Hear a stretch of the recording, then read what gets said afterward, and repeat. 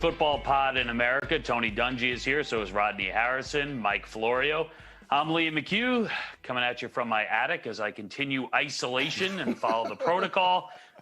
Don't worry, Rodney. I'm fine. Thanks for asking. Appreciate it. Thanks for reaching out. Doing okay. I'm lonely. I miss you guys, and I can't wait to get back on the show. But you guys are all doing well. Tony, great job in Green Bay. Well, thank you, Liam. I missed you guys, too. It was great doing a game and great being in all that history, but I missed my guys in the studio. Hey, Liam, the first time I'm in studio on a Sunday, I come up, I'm scared to death initially to fly. I get on the plane, I'm comfortable, and then I'm excited to see my guys, and then I don't see you, Liam. I was so disappointed, my man. I know. I'm running out of excuses. Liam, all I have to add is this. I'm glad it's your attic and not where you ordinarily live, because it looks like you're about to be interrogated under suspicion of some sort of capital crime, right? Like the cops are about to walk in and really put it to you. That's what it looks like. Where were you on the night of the 18th? Yeah, it has that feel right now. It definitely does. Rodney, I'm out of excuses for dodging you at this point.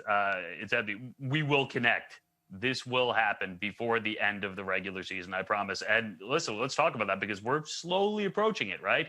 The end of the regular season, just about a month away if we stay to schedule. That's the plan right now. In the NFL, there is no bubble, but we have bubble teams, and we're going to talk about 5 of them today. We're going to decide whether these are teams that are going to be legitimate threats come playoff time, whether these are teams perhaps that just make the playoffs and then make no noise once they get in, or perhaps you think that these are teams that are just going to miss out altogether. Let's begin with the Raiders because the last time I worked, it was just about 2 weeks ago. I was in Las Vegas. Jason Witten nearly, pulled the rabbit out of his head and caught that touchdown pass. They were 1 minute, 43 seconds away from beating the Chiefs. At that point, they would have gone to 7-3. Instead, Patrick Mahomes, he's a magician. They lose that game. They get crushed by Atlanta. So now they are 6-5. Tony, what should we make of this team from Vegas? Well, I think they're just an inconsistent team. Like a lot of teams in the NFL right now, they haven't hit their stride. We see some great play. I was shocked that they could not run the ball on the Atlanta Falcons. That's the one thing they seem to hang their hat on. Josh Jacobs pounding that football week in and week out. And then they go, and I think they had 6 yards rushing in the first half. So the inconsistency, I don't think defensively they're good enough to carry the team. They're an up-and-down football team right now. And I'm looking at Henry Ruggs. He was supposed to come in and provide him with dynamic plays down the field, and he's been inconsistent. So when I look at this offense, I think it starts on the offensive side of the ball, especially up front. Mike Florio? Well, look, I still don't know what the hell happened. I don't think the Raiders know what the hell happened. They walked into a buzzsaw, and I think what happened was, plain and simple, they couldn't recover from nearly beating the Chiefs a week before. And so you get it in your head that we had them right where we wanted them, and we couldn't get it done, and, it's just Atlanta, and we're going to go to Atlanta, and all we have to do is show up and win, and we're still upset about what happened against the Chiefs. And the next thing you know, they're in a meat grinder. Because, and this is a point that Sims made, Raheem Morris knows the John Gruden offense. Raheem Morris was there running practices against the John Gruden offense, and he knew how to shut down the John Gruden offense, and Gruden didn't have an answer for it. So I don't know that it means they definitely don't get in. They've got 3 games they should win. They've got 2 games, who knows, down the stretch. They got the Jets this weekend to get to 7-5. But it's just the kind of loss that should disqualify them. There should be some provision in the rule book that if you get beaten that badly after Thanksgiving by a losing team, you just get removed from playoff. Cut it out, Florio. Cut it out, Florio, because I don't care. We've all been part of great teams, and we've all had those type of disappointing losses. The key and most important thing here is how Carr comes back. His job is to take care of the football and be efficient, coach. And that's something that we weren't really used to seeing him turn the ball over this year. Hey, Rodney, I'll agree with you. Sometimes that loss comes in the Super Bowl after you're 18-0, so I'll agree with you. Very true, very true. No, but here's the key. I feel it in my side. Good jab. What kind of personality do you have? What is the character of that team? 2006, December, I'm in with the Indianapolis Colts. We lost the game 41-17, gave up almost 400 yards rushing. 6 weeks later, we're in the Super Bowl. The Raiders, that was a bad game. But what kind of team do they really have? Are they going to be able to bounce back and pull it together? That's what we've got to see. You keep in mind something from last year with the Raiders. This was a team that was 6-4 in late November. They had won 3 straight games. Then they finish up losing 5 of their final 6. And they finished 7-9. That's a tough dig there, Florio, on Rodney. Now I feel like I'm on Rodney's side now, and you're the bad guy. So the tables have turned here, and I'm excited about it. Let's move on to the Cleveland. Liam, don't worry about it. I'm being very humble right now, but when I see him, I'm gonna put my hands around his throat. He'll forget. It won't be till next September. He'll forget. The earliest. He'll be virtual from West Virginia now for years to come, simply because of what happened here today. All right, we move on. Cleveland Browns, 8 wins, 8-3, most wins since the Bill Belichick days. This is a Browns team, hasn't been to the playoffs since 2002, hasn't won a playoff game since resuming operations in 1999. You think about bad losses. I mean, they lost 16-6 to Vegas. They got crushed by Pittsburgh, crushed by Baltimore, but that was week 1. So, Rodney, you look at the Browns, great story. One of the good stories here in 2020, but how seriously should we take them? I think you have to respect him. I think, when you watch Baker Mayfield, he seems like he's playing with a lot of confidence, and they're going to have to ride those running backs right into the playoffs. They're going to get Myles Garrett back. He's going to be healthy, so that should provide the defense with a spark. But one guy that I'm looking at that they paid a ton of money to, Mike Florio and coach, is Austin Hooper. This guy they paid $10, $11 million a year for, and they're not even really utilizing him. He's a really good tight end. He can open up things, especially with the loss of OBJ. Jarvis Landry is playing extremely well, but get the ball a little bit more to Austin Hooper. I think he can help the offense. And I've been on the Cleveland Browns bandwagon. Rodney's been ribbing me about that. My son Justin loves them. He tells me every week, watch the Browns, watch the Browns. But you still have to go back to this. They've played 4 teams with winning records. And the only team, Liam gave us the 3 losses, they beat Indianapolis. So they've got to show us that they can do it against good teams. They look very good against the weaker teams. Baker Mayfield has been in control. The defense has been outstanding, but they haven't done it against the good teams. That's what we've got to see.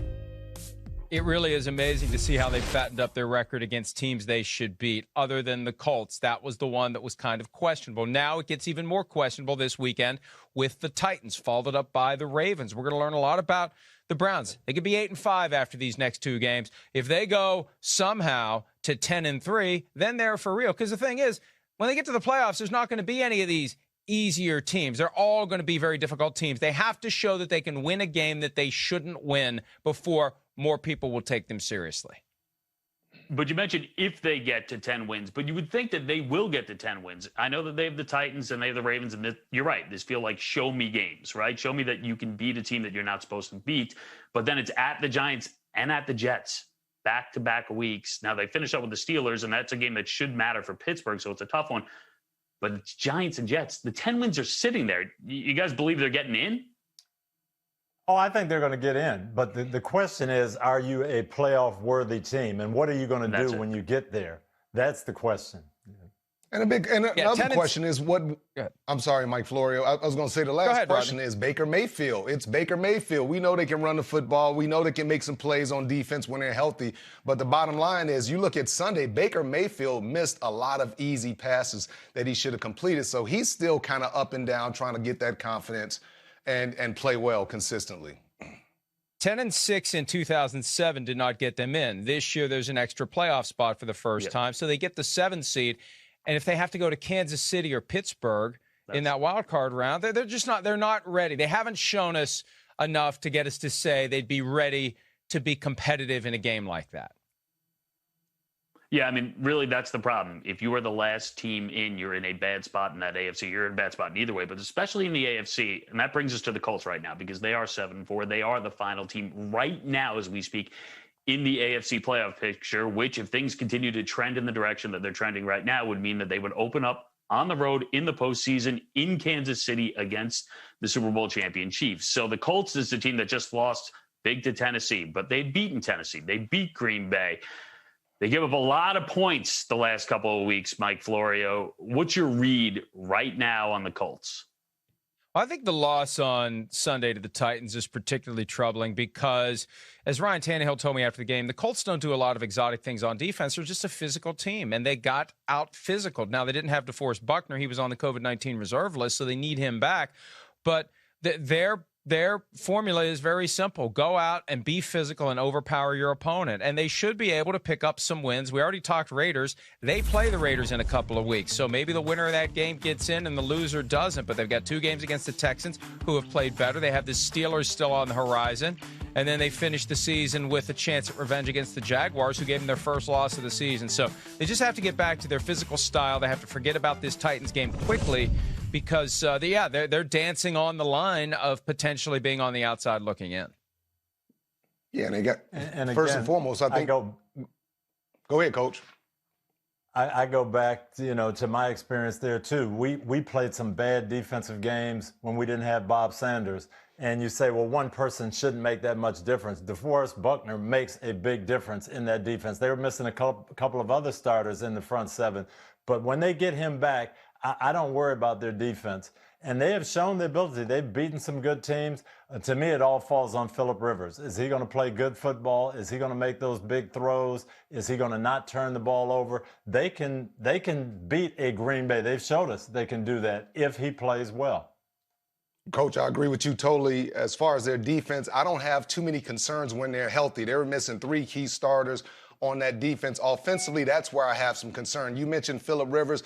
I look at the wide receivers. They don't have that number 1 guy. T.Y. Hilton, he's hurt all the time. He doesn't practice. So, when you watch him play, he's not the same player that we're used to seeing. He can't create any separation. Their tight ends have been really good for him. Nyheim Hines, he's been their best player on offense. But it's going to come down to Phillip Rivers. And I think his lack of mobility, and I've been saying this the last few weeks, I think his lack of mobility is going to really be a big question mark in the playoffs, because it's going to get cold. The weather's going to start to change. And if you're not a mobile quarterback where you can buy some time, guys are going to get jammed at the line of scrimmage. Guys are going to come off the line of scrimmage a little slower because of the weather. I think it's going to significantly impact the Colts offense, Liam.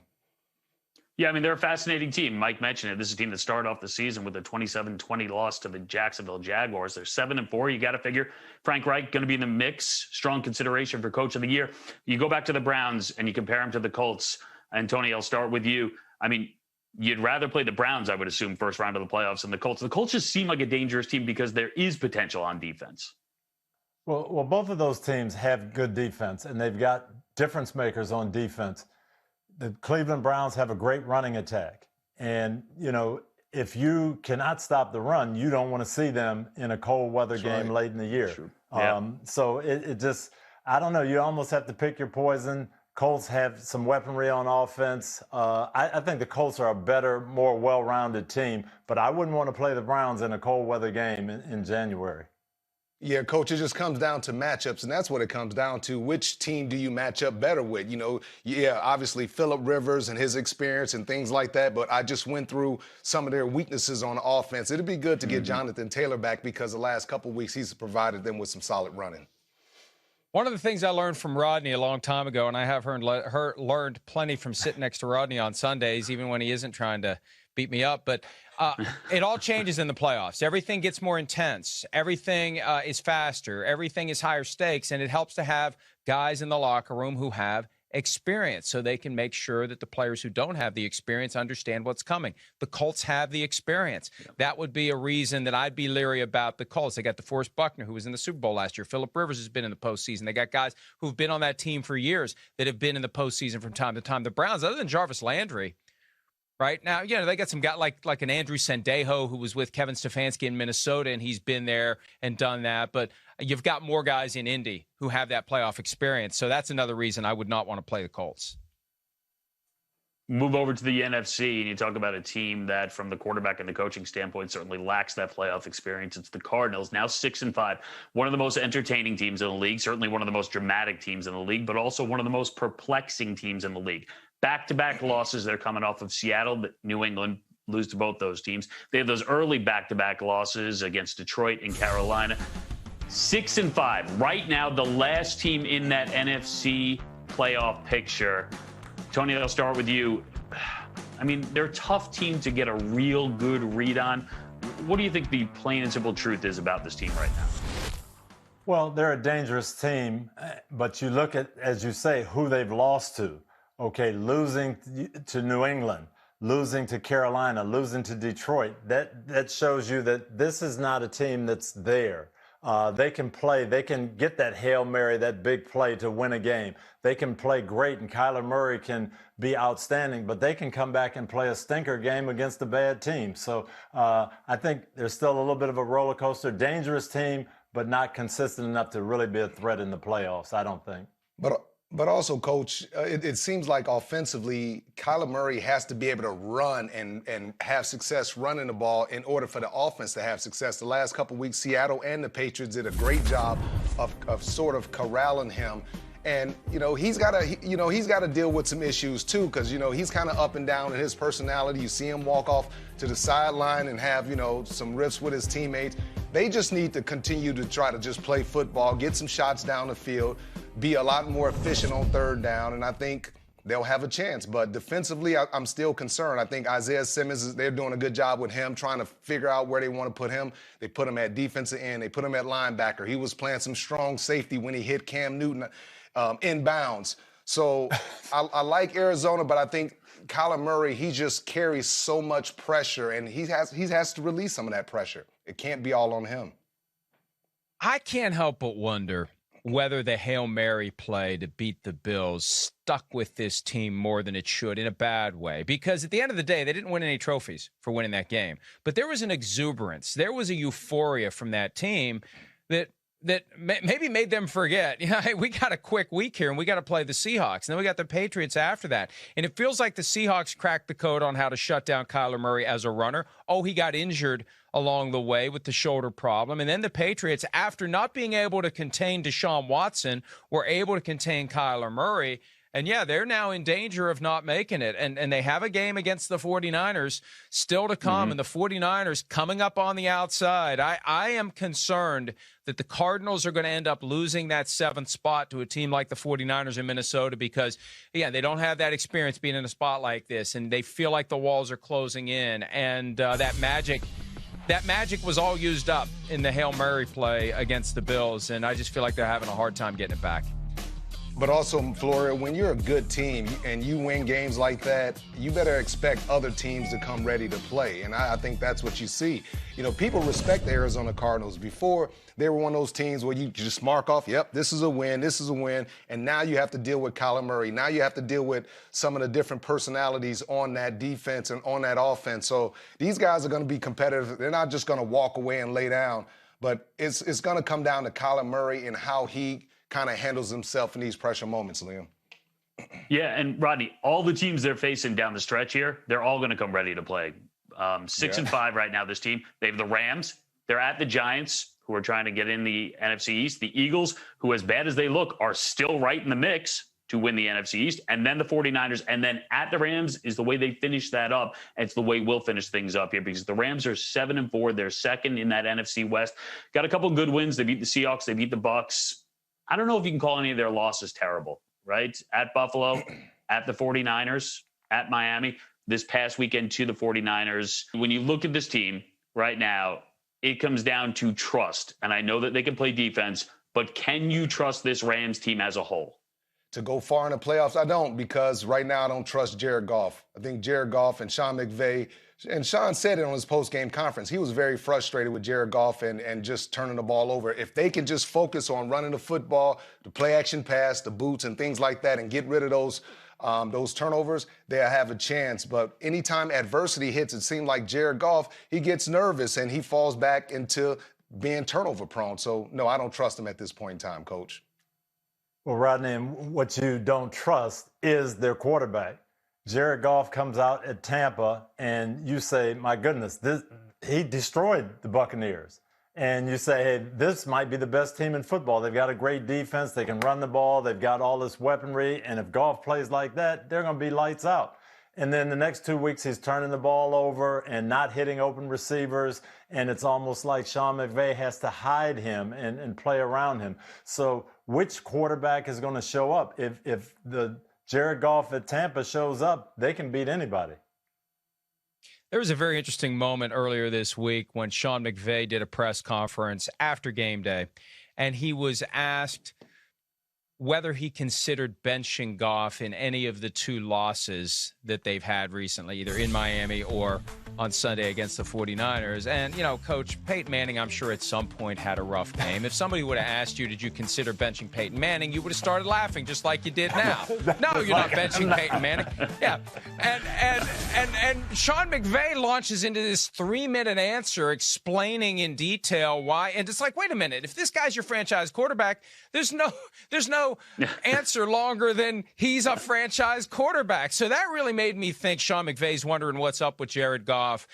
Did call him out, as Rodney said, after the game for having too many turnovers. And I go to their running game. Sean McVay wants to do the Kyle Shanahan thing with all these different guys who run the football, and it's not working. They need to pick a guy. That's what the Rams have always been. They have a guy.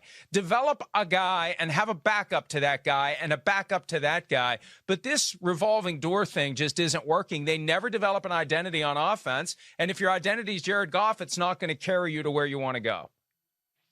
And, Mike, I think the key point you made right there, not even Sean McVay's answer, but the fact that he got the question. If you're a Super Bowl caliber team, are you ever getting the question, am I benching my quarterback? No. No, you're not. And the answer should be the shortest answer in history, right?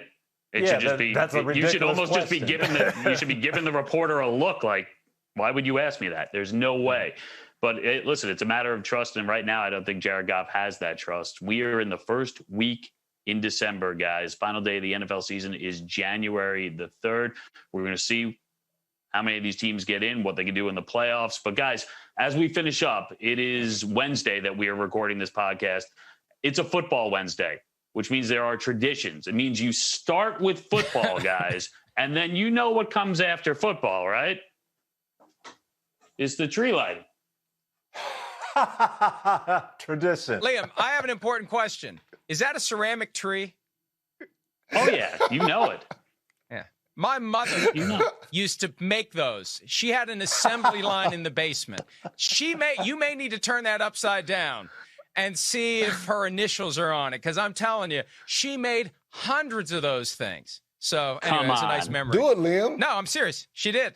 Now, I doubt that one of her ceramic trees made its way to New York State or wherever it is you grew up. Where did you grow up? I knew that at some point. Was it in New York? I grew up in New York. New York, okay. Yeah. Right outside the city. I doubt that her delivery radius went quite that far. But yeah, that's a nice memory, because I'm telling you, I know that tree. And those trees were everywhere when I was growing up. Check it, Liam. She literally made hundreds of them. I gotta look. All right, what are the initials? He's going to break it. It's MF. I am going to break it. We've had this thing in my family for like He's going to forever. break it. He's going to break it. Here it goes. What do we got? I don't see initials. I don't see initials. I got nothing here. There are pieces. Mike, you just want the profit. That's all. You just want the profit, Mike. Look, and now it's tilted and there are things falling off. There you go. Man, 2020, guys. It continues. Traditions. All right. Traditions. Hi, I'm Mike Tirico, and thanks for watching.